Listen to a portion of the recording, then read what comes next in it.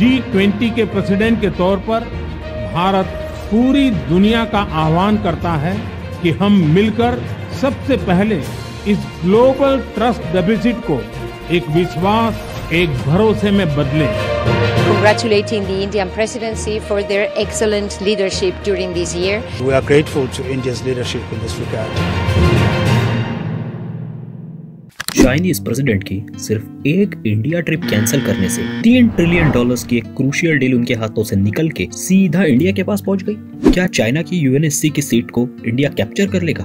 Hello friends, आज हम India के लिए जो इस साल की सबसे बड़ी और हर इंडियन को प्राउड फील करवाए ऐसी अचीवमेंट को डिस्कस करेंगे। जी, आप सही समझ रहे हैं, G20 का फॉर्मेशन 1999 में हुआ था और इस फोरम का ऑब्जेक्टिव है कि global economic stability and cooperation को लाना। सो क्लियरली ये एक इकोनॉमिक ग्रुपिंग है जिसमें की रोल रिस्पेक्टिव कंट्रीज के फाइनेंस मिनिस्टर्स और सेंट्रल बैंक्स के गवर्नर्स, मतलब जैसे हमारे यहाँ आरबीआई है वैसे सारे कंट्रीज के सेंट्रल बैंक्स का एक की रोल इसमें प्ले किया जाता है। इंडिया में इस टाइम G20 समिट की हाईएस्ट लेवल मीटिंग चल रही है जिसमें दुनिया के लगभग सारे इंपॉर्टेंट कंट्रीज के रिप्रेजेंटेटिव्स और ग्लोबल लीडर्स पार्टिसिपेट करने इंडिया आए हैं।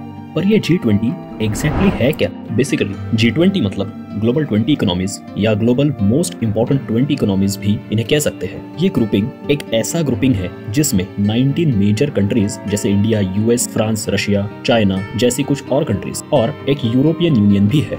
ये ऑर्गेनाइजेशन इसीलिए इतनी इंपॉर्टेंट है क्योंकि ये G20 कंट्रीज टोटल वर्ल्ड की 80% GDP, 75% of world trade and 60% global population को रिप्रेजेंट करता है। Wow, right?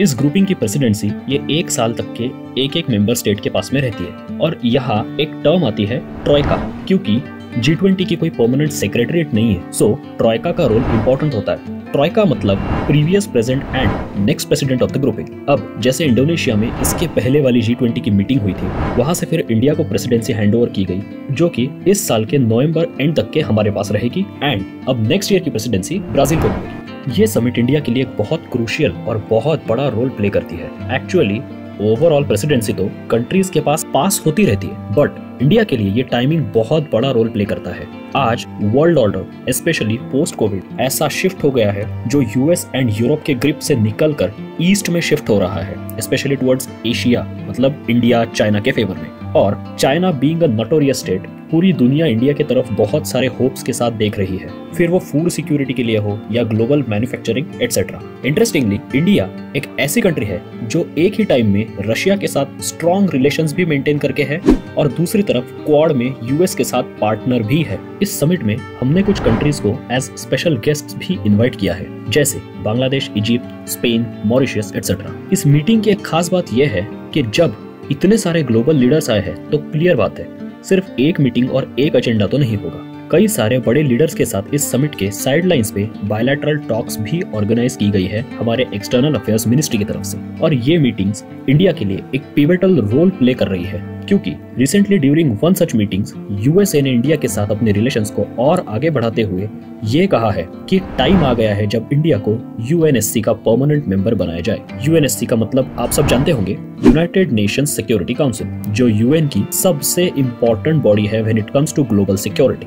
साथ ही साथ उन्होंने इंडिया के साथ एक बहुत इंपॉर्टेंट इशू पर पार्टनरशिप को आगे बढ़ाने का प्रोक्लेम किया है, जो है इलेक्ट्रॉनिक चिप मैन्युफैक्चरिंग, जो आज हेवीली डोमिनेटेड बाय चाइना है। वैसे इस समिट का एक बहुत की हाईलाइट है जो है अफ्रीकन यूनियन का G20 में इंडक्ट होना, और इस डिसीजन में इंडिया ने और specially external affairs ministry and prime minister of India ने सबसे इंपॉर्टेंट रोल प्ले किया है। हमारे नेशनल सिक्योरिटी के हिसाब से ये एक पिवटल मोमेंट है क्योंकि अफ्रीका के बहुत सारे कंट्रीज जो चाइनीज डेट ट्रैप में फंस चुके हैं वो बड़े ही होप्स के साथ इंडिया को देख रहे हैं अपने long term economic and security partnerships को लेके। सो फ्रेंड्स, आपको क्या लगता है, क्या इंडिया को यूएनएससी का मेंबर बनने में अब भी चाइना रोड ब्लॉक्स क्रिएट करता रहेगा? आप हमें कमेंट्स में ये बात जरूर बताइए।